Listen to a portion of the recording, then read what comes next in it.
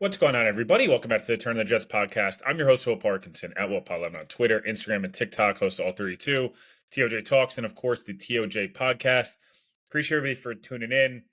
Quick episode here, it'll be about 10 minutes. We're just going to go through last minute, kind of about 5 hours out it from game time here when it gets posted, probably be about 4.5. Jets Niners, obviously, I think everyone's kind of in the same mold right now, right? Anxious, excited, nervous.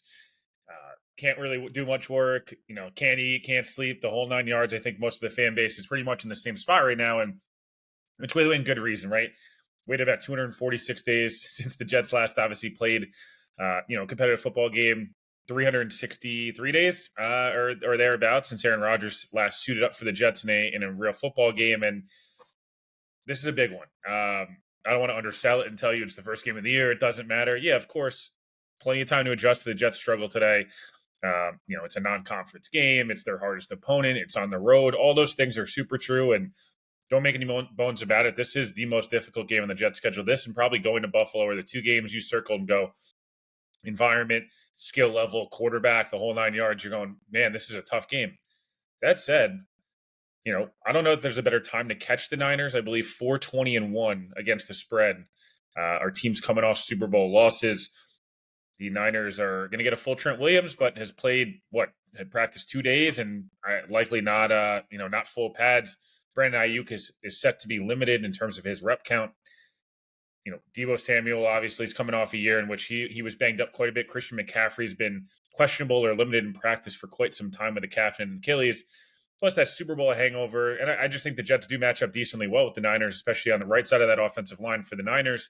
Against the Jets' left side, you'll see probably Jermaine Johnson, Quinn Williams trying to rush together. Will McDonald getting some reps in there. Tack McKinley, maybe some blitzing off that right side. Trying to kind of take advantage of when you don't have to rush at Trent Williams not having to.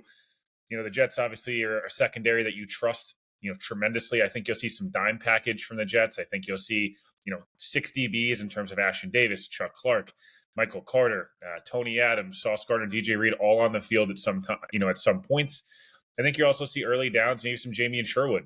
And kind of the Jets' kind of base defense is really a 4-2-5. Michael Carter obviously being that fifth defensive back, but I think there's a chance you'll see some kind of bigger personnel early if the Niners try to establish the tone running the football.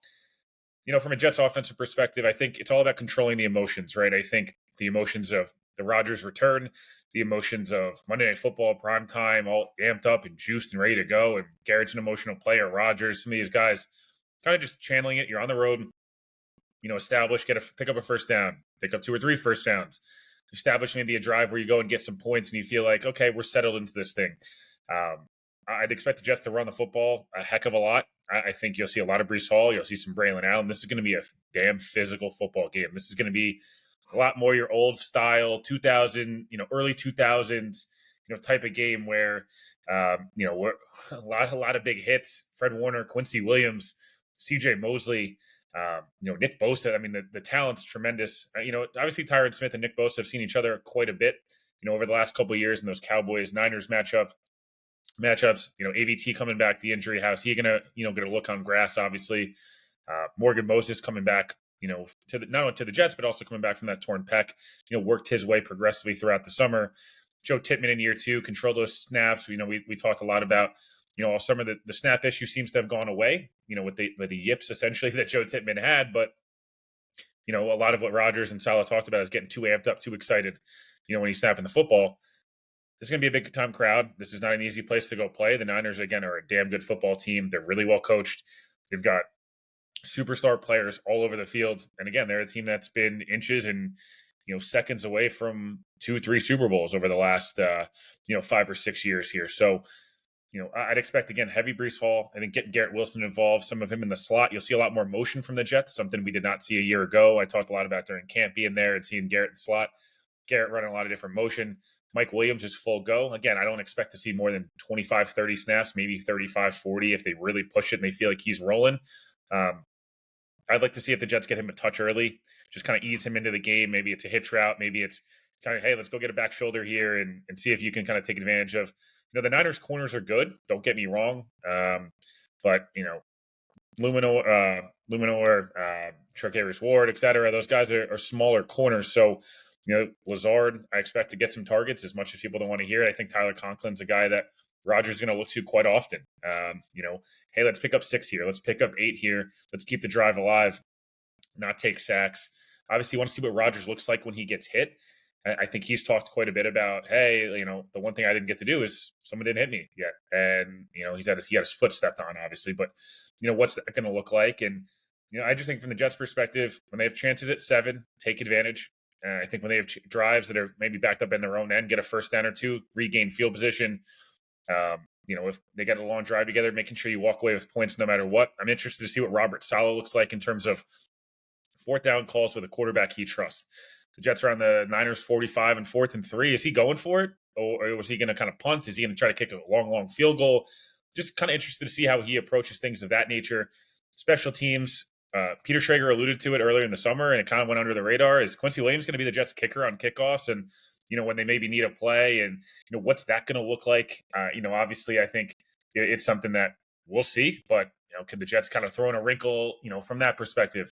That's obviously something, I'm looking for as well. Breece Hall, as he returned a kick if the Jets are down? I think lastly, and I tweeted about this earlier in the day, and again, this will be a quick episode, just trying to get you, 10, 12 minutes here before, kind of get your last minute kind of fix in before you turn on SNY and watch our buddy Connor Rogers, whether it's, going to Monday Night Football and, Monday Night Countdown, etc.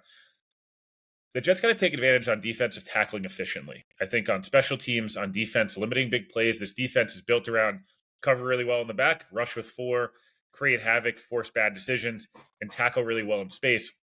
This needs to be a really big CJ Mosley game, really big Quincy Williams game. Part of why they were so good against the Bills, Eagles, Chiefs, etc. last year was those guys tackled so well in space outside of the one, Chiefs long run with Pacheco that comes to mind. And one A.J. Brown play during that game, those games, and one to Josh Allen. I guess it's maybe one a game they've given up. But other than that, they've forced people into bad decisions. They've turned the football over. They've been able to get pressure with 4, tackling efficiently, right? McCaffrey in space, Deebo Samuel in space specifically. Kyle Shanahan knows Robert Saleh. Robert Saleh knows Kyle Shanahan. So those are just some things defensively. And the special teams, can you block a punt?